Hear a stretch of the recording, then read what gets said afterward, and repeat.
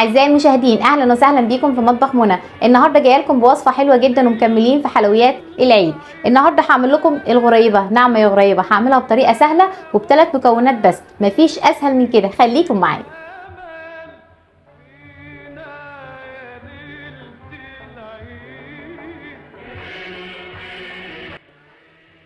تبقى في التلاجة كده شويه، ولا جامده قوي ولا سايحه قوي.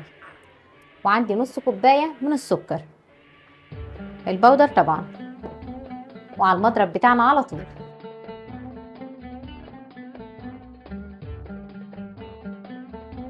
بالشكل ده يا حبايبي، وانا لسه مستمره في الخفق معايا بالشكل ده. شايفين؟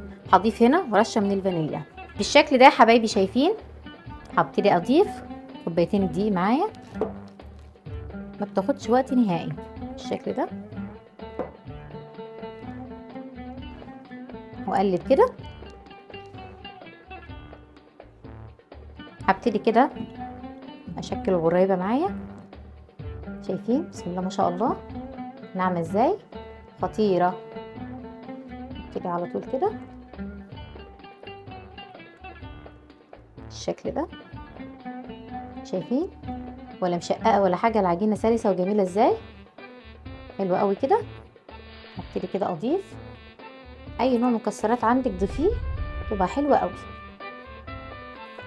ما بتاخدش منك 10 دقايق بالشكل ده. شايفين الجمال؟ وهنعمل مع بعض يا حبايبي الوصفه الثانيه، وهي البيتي فور، من اسهل ما يكون واحلى ما يكون. وهنعمل المقادير المتوفره في البيت بدون اي تكاليف وبدون زبده. هعملهولك بالسمنه وهيطلع مفيش اروع من كده. نقول المقادير مع بعض. عندي كوبايه من السمنه ولازم تبقى في التلاجة، وعندي نص كوبايه من السكر، وعندي معلقه كبيره بيكنج باودر، وعندي رشه من الملح، وعندي 2 صفار بيضه، وعندي بيضه كامله، وعندي كوبايتين من الدقيق. بس كده، دي مقاديرنا البسيطه، ورشه من الفانيليا طبعا.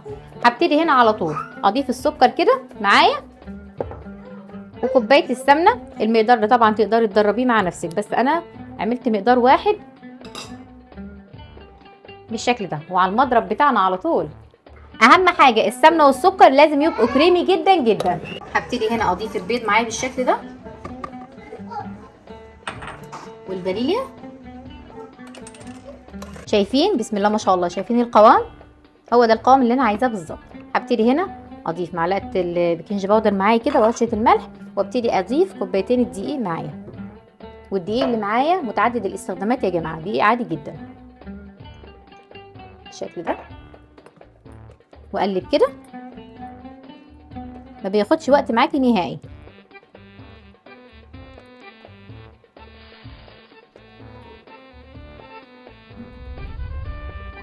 وده الشكل النهائي يا حبايبي لاجمل واحلى بيتي فور اقتصادي ممكن تعمليه، واجمل واحلى غريبه. شايفين؟ ناعمه يا غريبه، هي بتدوب فعلا والله يا جماعه. شايفين؟